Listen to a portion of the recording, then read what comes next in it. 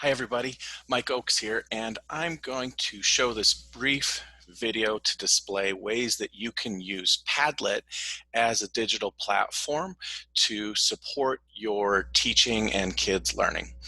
The first thing I want to do is share my screen with you and take some steps to show you what you might do as you log in to Padlet. So first you want to create an email or username and a password.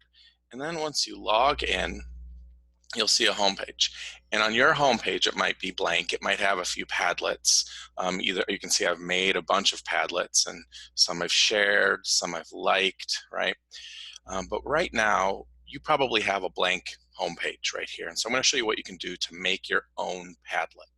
The first thing you can do is you can make that Padlet, and then you take a look at the different designs that they have. And these designs really sort of align with whatever your instructional goals are, or sometimes the way your mind works as you're sharing content. But you want to think, how can I organize my content best to convey it to families and also students? Some of these are really good for sort of like ordering things sequentially for families and students. Others are good for organizing either by date or time or content, subject, things of that nature. Others are good for specific subjects. Like some of these are good for like social studies and different content areas. One of the most common that we use at the project is the shelf. So I'm just going to model using the shelf design for a moment. In the shelf design, the first thing you do before you even put anything on and upload anything is you want to modify it. And so you want to think of your title, you know, 4-402. You want to, okay, made with a warm hug, great. If you want an icon, you could use an icon. These are all just little tiny design features that you could think about. Of course, I'm going to use something related to literacy. To go back, you can put in other things. This is a key thing to change right here is your address so that people can remember it. So I might say it's going to be called padlet.com/Mike_Oakes/ maybe I'll say class 4402 so that people can easily remember it. And then you can choose from a variety of wallpapers that suit, who you are and how you want it to look.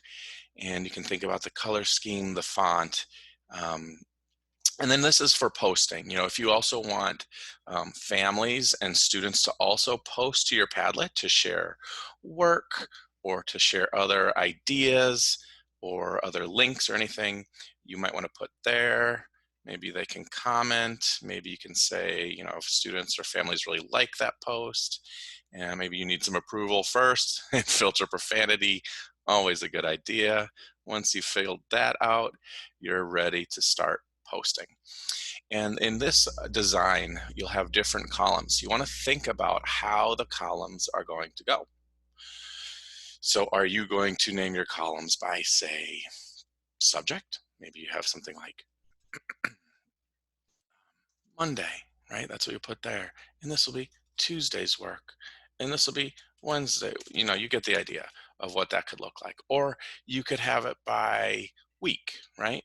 Maybe this is the week of, 3:30 to 4:3 and so on. Or maybe it's as simple as whatever subjects that you teach. You get to decide how you want to organize it.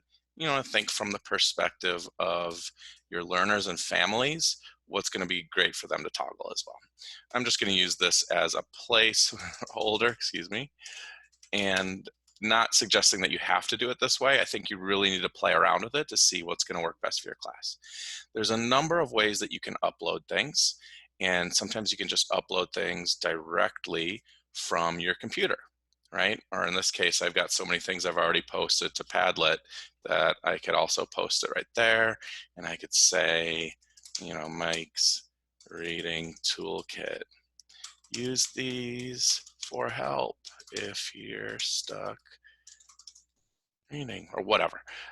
For writing workshop, you can upload things from your files. You can also upload things from your computer. You see how that works.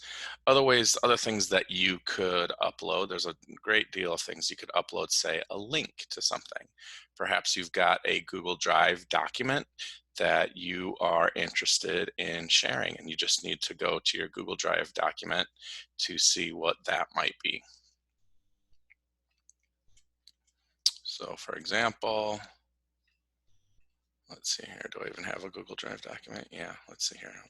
We've got maybe a mentor text that I could share. I'm going to get that link. I put it in here. And then this is mentor text, right? Read this for ideas for writing.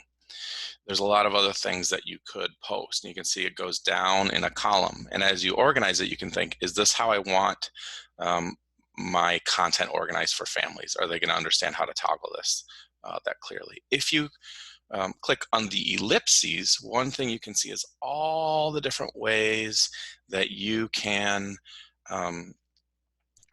communicate with your classrooms. And some that are really interesting, I think, are going to be these two. I think in this time and age of digital instruction, it's really important for kids to hear us and even to see us, if you're feeling comfortable with that at this time, to do some flip lessons. So you could click on that and you might do something like this. You could say, you know, writers, yesterday we learned da da da. Today I want to teach you da da da. One thing our writers do is they blah blah blah, and you can sort of go through and teach things and share different things. And then obviously you might have to press record at this time, and that's when you'd start the mini lesson. Hi writers, today I want to teach you blah blah blah blah blah blah blah. Honestly, a flip lesson is another subject we can talk about.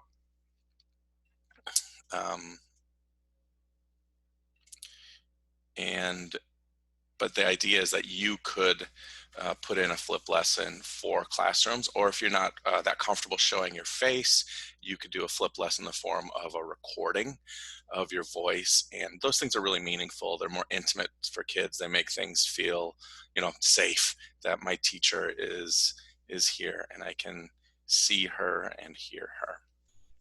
And these are all things and ways that you can upload to your Padlet. So that video is going to be downloading, and I'm just going to end this video by saying the biggest idea with a lot of these digital platforms is pick one that works for you and play around with it. Nobody's expecting you to be perfect. Nobody's expecting you to do every single thing. Do what you can with what you have, with where you're at, is sort of the saying. Have fun. Good luck.